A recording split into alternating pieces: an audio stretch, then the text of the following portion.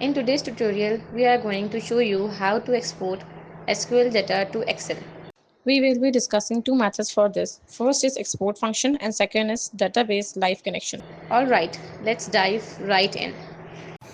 Let's start with MySQL Workbench.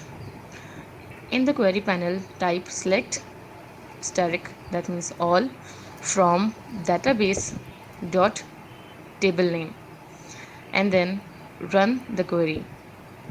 You will see the table in the result panel. Check the number of rows to ensure it's correct. Then go to export, choose your file location and select CSV as file type. Now hit the enter and open the file in Excel. Cross check the headers and all number of rows. That's it. You have successfully exported your data into Excel quickly and easily. First, open Excel and head over to the Data tab. Next, click on Get Data and from the drop-down menu, select from Database.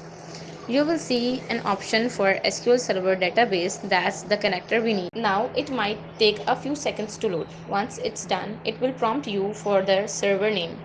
Just go to your SQL Server, copy the server name and paste it into Excel.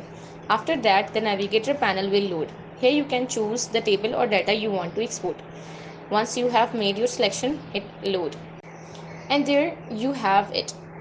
All the rows and columns are now seamlessly exported to Excel.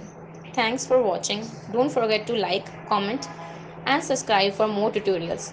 See you next time.